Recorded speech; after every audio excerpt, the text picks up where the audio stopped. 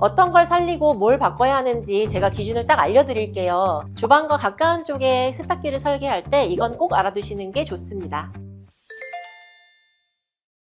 안녕하세요. 스튜디오 위 김은입니다. 제가 지금 나와 있는 현장은 서초에 있는 반포자의 아파트 35평이에요. 인테리어 상담을 하다 보면 니즈가 굉장히 확고한 분들도 있지만 뭘 해야 할지 잘 모르겠다, 그냥 깔끔하고 깨끗했으면 좋겠다, 이 정도만 말씀하시는 분들도 많아요. 사실 인테리어를 할 때 뭔가 크게 뜯고 바꿔야만 집이 달라진다고 생각하시는 분들이 많은데 꼭 그렇지는 않거든요. 살릴 건 살리고 바꿀 건 제대로 바꾸면 구조는 그대로여도 집의 분위기를 180도 바꿀 수 있어요. 오늘 제가 어디를 살리고 어디를 바꿔야 하는지 정확하게 알려드릴게요. 구독과 좋아요 눌러주시고 시작하겠습니다. 물리적으로 넓힐 수 없는 현관은 톤만 개선해도 훨씬 개방감이 좋아집니다. 이 집은 35평이라는 평수에 비해서 현관이 넓은 편은 아니었어요. 기존 현관은 바닥이 대리석 마감이 되어 있었고 전체적으로 색감이 어둡고 무거운 편이었습니다. 그래서 이번 현장은 현관을 구조적으로 크게 바꾸기보다는 톤과 조명, 수납 디테일을 정리해서 첫인상을 밝게 바꾸는 방향으로 진행했습니다. 바닥은 베이지 톤의 600각 타일을 사용했어요. 현관 타일을 고를 때는 너무 새하얗고 무늬가 없는 타일보다는 이렇게 살짝 패턴감이 있는 타일이 실사용에는 더 좋습니다. 적채와 신발장 도어는 예린 매트 스노우 베이지 컬러로 통일했습니다. 화이트처럼 너무 차갑지는 않지만 공간을 밝고 단정하게 만들어주는 색감이라 좁은 현관에 쓰기 좋은 톤이에요. 신발장은 하부를 띄우면서 간접 조명을 넣어 좀 더 개방감이 느껴지도록 했고, 디딤석은 300mm 정도 최소 폭으로 잡았어요. 디딤석은 너무 넓어지면 신발을 벗을 때 오히려 불편할 수 있어서 이 너비 안에서 최대한 넓히는 방향으로 진행했습니다. 천정 조명은 2인치 다운라이트를 3개를 신발장 앞쪽으로 배치를 했는데요. 신발장과의 간격은 250mm 정도 두는 게 적당합니다. 이 위치에 배치하면 신발장을 열었을 때 안쪽을 적절히 비춰서 어둡지 않아요. 그리고 기존에는 일괄조등 스위치가 없었는데 이번에 현관문 옆에 새로 추가했습니다. 외출할 때 집안 전체 조명을 한 번에 끌 수 있어요. 이런 건 미적인 요소는 아니지만 실제로 살아보면 만족도가 굉장히 높습니다. 복도는 도어 라인만 잘 정리해줘도 집 전체가 훨씬 완성도 있어 보입니다. 복도는 그냥 지나가는 공간처럼 보이지만 사실 집의 완성도를 많이 좌우하는 공간이에요. 특히 아파트는 복도에 방문이 여러 개 모여있는 경우가 많기 때문에 도어 라인이 정리되지 않으면 집 전체가 어수선해 보일 수 있습니다. 이 현장에는 도어에서 특이점이 있었는데요. 방문 중 하나가 방화문이었어요. 방화문은 일반 방문처럼 그냥 교체할 수는 없어요. 그래서 이 집은 모든 문을 무조건 새 것으로 바꾸지 않고 살릴 문과 바뀔 문을 나눠서 정리했습니다. 총 5개의 문 중에서 방화문과 방화문 바로 옆문은 기존 문짝을 살려 필름으로 시공했고, 나머지 3개는 새 도어로 교체했어요. 기존 도어를 살릴 수 있는 경우는 문짝 상태가 괜찮고 문선만 정리해도 새 도어와 어울릴 수 있을 때예요. 반대로 문짝 자체가 많이 사갔거나 손잡이 방식이 너무 달라서 통일이 어렵다면 교체하는 게 낫습니다. 기존 문에는 두꺼운 문선이 붙어 있었는데 이걸 그대로 두면 새 도어와의 차이가 너무 도드라져 보여요. 그래서 두꺼운 문선을 철거하고 목공으로 9mm 문선처럼 새로 정리했습니다. 문짝은 필름으로 랩핑하고 문선 라인은 새 도어들과 최대한 어색하지 않게 맞춘 거죠. 깔끔하고 세련된 거실 다 뜯지 않아도 만들 수 있습니다. 어떤 걸 살리고 뭘 바꿔야 하는지 제가 기준을 딱 알려드릴게요. 이 집은 구조를 크게 바꾼 현장은 아니지만 기존에 있던 마감재 중에서 살릴 것과 바꿀 것을 많이 고민한 공간입니다. 기존 거실에는 TV 월 쪽에 대리석 아트월이 있었고 복도와 주방 벽 쪽에도 대리석 마감이 이어져 있었어요. 원래는 얘를 살려보려고 했는데 TV 반메리 박스를 만들기로 최종 결정하면서 기존 대리석 아트월을 철거하기로 했습니다. 만약 자재 상태가 좋고 디자인이 지금 봐도 크게 어색하지 않고 새로 계획하는 TV나 콘센트 위치랑 충돌이 없다면 기존 아트월도 살릴 수 있어요. 반대로 TV를 반매립하고 싶거나 콘센트와 배선을 정리해야 하거나 기존 아트월의 톤이 전체 분위기와 맞지 않는다면 철거하고 새로 정리하는 게 더 깔끔합니다. 여기는 청소기 흡입구처럼 더 이상 쓰지 않는 요소는 막고 콘센트들도 반매립 박스 안으로 위치를 정리해서 벽면이 최대한 깨끗하게 떨어지도록 했어요. 천장에는 기존에 유광 바리솔이 있었어요. 이것도 그대로 살릴지 고민했지만 전체 톤을 밝고 차분하게 정리하는 방향과 맞지 않아서 철거 후 기존 우물 천장과 비슷한 볼륨으로 다시 조정했습니다. 도배지는 공용부, 침실 천장까지 디아망 회벽 크림 화이트로 통일했어요. 같은 벽지로 통일하면 공간이 훨씬 부드럽게 이어지고 마감의 이질감도 줄어들어요. 무몰딩이거나 단내림이 있는 집에서는 벽지와 천정지가 다르면 경계가 생각보다 잘 보일 수 있거든요. 그래서 요즘은 저희도 천정지와 벽지를 따로 나누기보다 같은 벽지로 통일하는 방향을 많이 제안드리고 있습니다. 바닥은 구정 헤리티지 오크 원목마루예요. 컬러가 과하게 노랗거나 붉지 않아서 호불호가 적은 편이라 저희도 자주 쓰는 제품입니다. 바닥재 방향은 샤시에 평행하게 깔았어요. 복도 결대로 따라가니까 동선이 자연스럽고 샤시 아래쪽에 물기로 인한 손상이 생겼을 때도 이 레이어만 교체하면 되니까 유지관리도 용이합니다. 조명은 2인치 다운라이트로 적용했어요. 천장 가운데 조명을 원하지 않으시는 분들께는 TV 중심으로 4개, 소파 쪽 4개, 에어컨 옆으로 2개씩 배치하는 방법을 기본으로 추천드리고 있습니다. 이게 가장 심플하면서도 조도가 균형 있게 잡히는 레이아웃이에요. 이번 현장에는 모아보의 커들 소파와 온다 커피 테이블을 스타일링 해봤는데요. 커들 소파는 등받이와 암이 커브 형태로 이어진 점이 매력적인 제품이고, 온다 커피 테이블은 오가닉한 형태의 마감이 딱딱하지 않으면서도 오브제 같은 조형미를 더해줍니다. 인테리어 하실 때 이렇게 집에 맞는 스타일링을 하시면 인테리어 효과를 2배로 내실 수 있어요. 주방은 구조가 살짝 바뀐 곳이 있는데 바로 세탁기의 위치예요. 주방과 가까운 쪽에 세탁기를 설계할 때 이건 꼭 알아두시는 게 좋습니다. 기존에는 보조 주방 하단에 소형 빌트인 세탁기가 들어가 있는 상태였어요. 타워형 세탁기가 들어갈 만한 충분한 공간이 필요했기 때문에 기존 팬트리를 허물고 세탁기와 소도구들이 들어갈 수 있는 널찍한 세탁실을 새로 만들었습니다.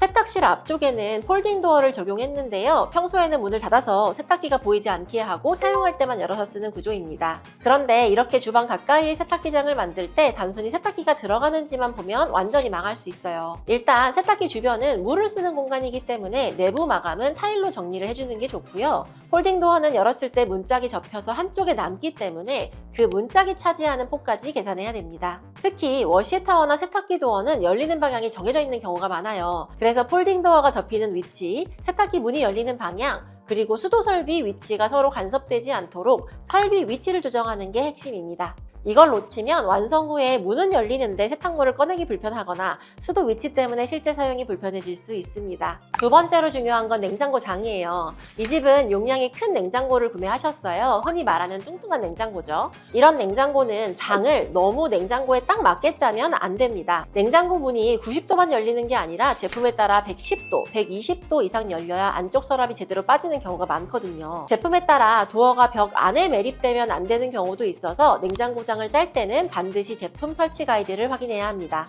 기존 주방은 전체적으로 연식이 지나면서 조금 무겁고 올드해 보이는 느낌이 있었어요. 그래서 이번에는 톤을 밝게 정리하고 실제로 사용하는 가전과 수납 동선에 맞춰서 필요한 부분을 보완했습니다. 기역자 주방의 맨 오른쪽에는 키 큰 장을 넣었어요. 기존에는 이쪽에 유리장식장이 있었는데 이번에는 오븐, 전자레인지, 밥솥 같은 가전을 정리할 수 있는 렌지장으로 바꿨습니다. 싱크볼과 인덕션 사이에는 식기세척기를 배치했고 인덕션 옆에는 200 사이즈의 망장을 넣었어요. 망장은 150짜리는 너무 좁아서 수납이 잘 안 돼요. 최소 200 이상, 가능하면 300까지도 나쁘지 않습니다. 상판은 스노우 콘크리트 인조 대리석입니다.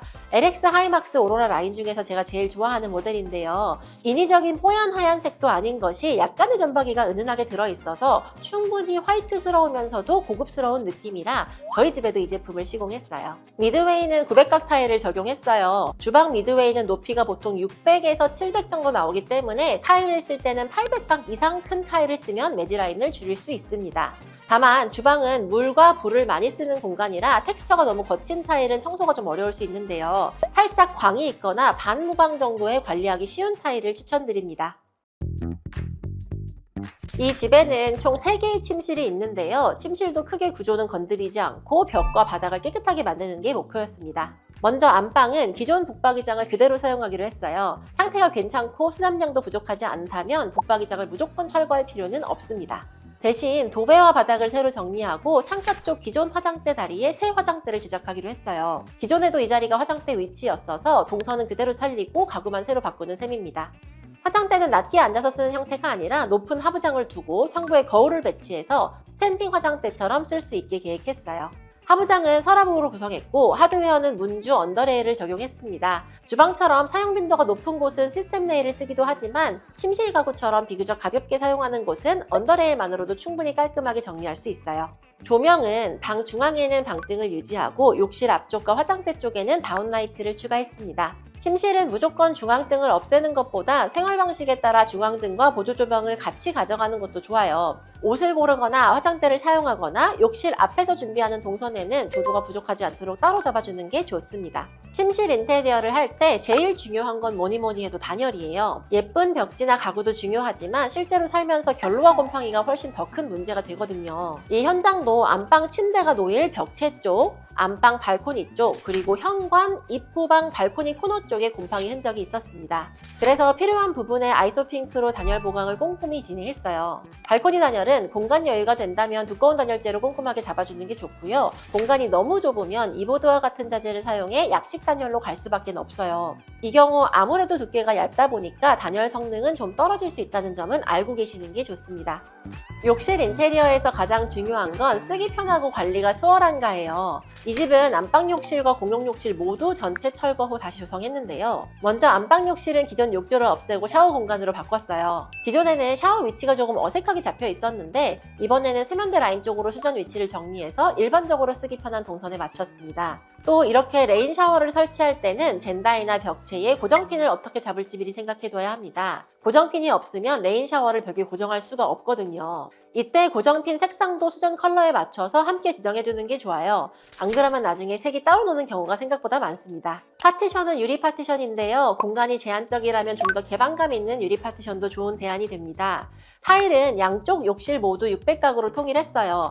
기존에는 모자이크 타일이 있었는데 모자이크는 매지라인이 많아서 관리하기가 까다롭습니다.